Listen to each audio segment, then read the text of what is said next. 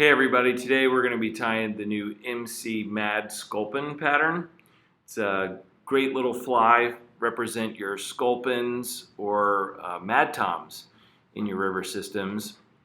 Obviously, sculpins in our area range from tan to brown to dark olive, and our mad toms anywhere from tan all the way to jet black in color. We opted for a 3-inch length of this tail. Most of your sculpins are 2 to 3 inches in this area, and your mad toms anywhere from 3 to 5 inches.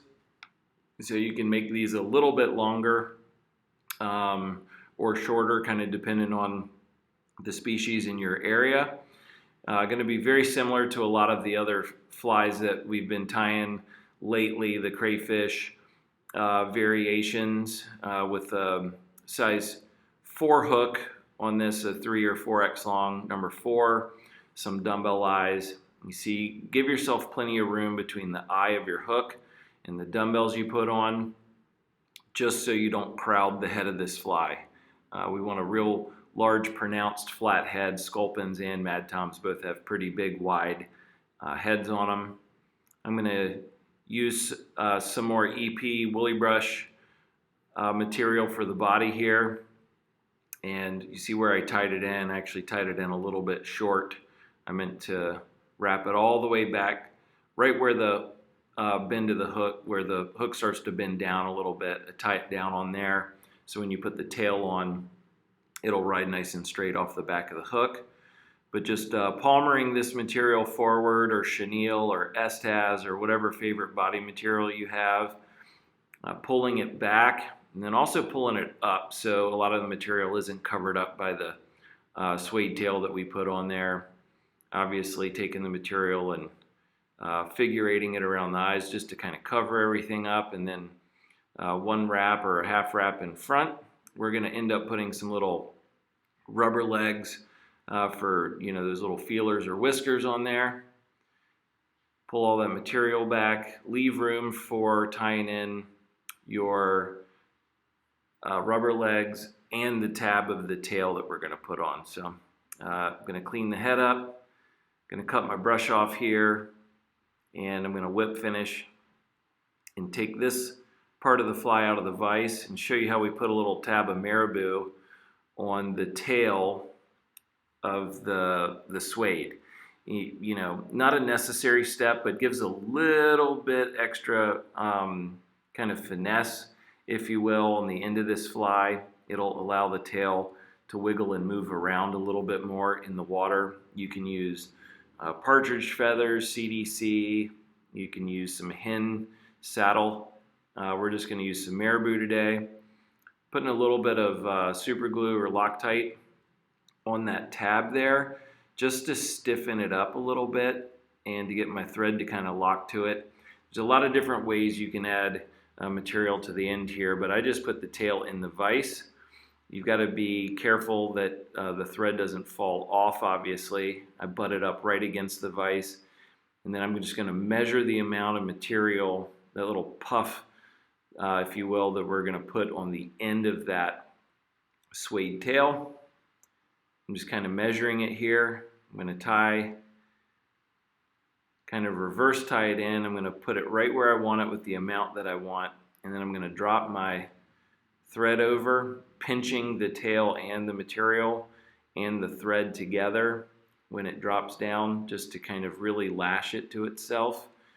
Once you've done this a couple times in the same spot, especially if your super glue is still a little bit tacky, it should hold into place and allow you to make a few extra wraps. Again, this can be very frustrating to get used to. Once it's on there and lashed down and not moving, go ahead and throw a half hitch or a whip finish if you're comfortable, just to tighten it down and really make sure that it's secure. And then you can go ahead and cut your waist off. I found that if you take your material here and you twist it, it'll actually gather and you won't have as much waste to go back and clean up like I'm doing here. I'm getting that little tuft out, and then I'm going to do my best to take my thread and just kind of wind that down just to make everything look a little bit more clean. Once I have that material lashed down, I'm going to whip finish, put some glue on it. You can obviously use a little tail shank here. There's a lot of different methods that you can do. This one's kind of quick and easy for me to get on and placed in the right direction and length that I like. Then of course you can put a little bit of super glue on that tab, roll it on around, and it'll pretty much just be locked in place. You can cut the extra suede material off, or you can leave it. It's pretty well hidden by whatever material you put on there. Some people just glue 2 feathers back to back on the end of it, make it look nice.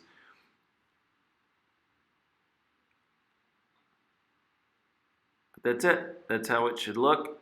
And that tail is ready now to add to the body of the fly.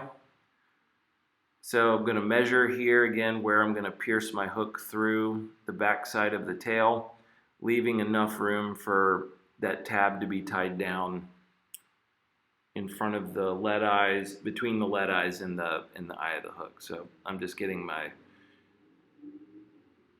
kind of alignment correct. I'm going to push the hook through the ultra suede, put it back in the vise. You're going to end up just leaving it in the vise, kind of moving the material around, getting it ready to flatten out to put the tail on. But we're going to put some rubber legs up front for those little whiskers or feelers for the actual Mad Tom. You know, Mad Tom's basically almost like a little baby catfish, but favorite for smallmouth bass. You know, a lot of the big bass that we catch, when you're fighting them back to the boat, it seems like sometimes every single one ends up coughing up a Mad Tom. A couple different ways to put your legs on. You can obviously crisscross them and figure 8 around them.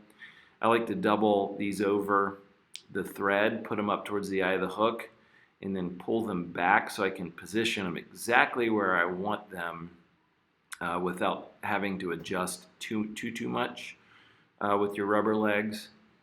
So you see, I just wrap it around the thread so it's doubled over. I'm going to have two protruding from each side, tie it in by the eye, pull, and then bring it on back. Make sure it's where you want. You can do a couple loose wraps. Your last wraps, if you want to really get them to like lay back or something, don't pull tight. Do a couple loose wraps and then a couple tight wraps back towards the eye of the hook. I'm going to tie my tab down here. See, I've got plenty of room. Pull it right over the eye. You can lay some glue down before this step if you want to. With this, you can do it after as well. You can put your super glue in between the ultra suede body and your chenille if you want to lock it down. Take that tab and get rid of most of it. Once it's locked down, just finish your head nice and clean, tie it off, put some glue on it, just ready to go. But very simple, again, very durable fly, and just one that our entire guide team deemed necessary, especially for smallmouth bass. They absolutely love Mad Toms, and we needed some options. One of our guides had it out on the water yesterday, and actually his client caught a mega-sized common carp in the river on it. So caught some nice bass on it, and carp, and anything that swims in the river seems to like these, but it's also a tremendous fly for big trout as well, especially our local Spring Creek trout. But any big rivers, we've got a lot of different varieties, size, and colors of sculpins. So use it for sculpins, use it for Mad Toms, warm water, cold water. You have a lot of luck. I'm just trimming the little tabs here, little legs here to length. If you use a big piece of brush, you know, you can obviously clean it up, trim it down however you like, but that's it.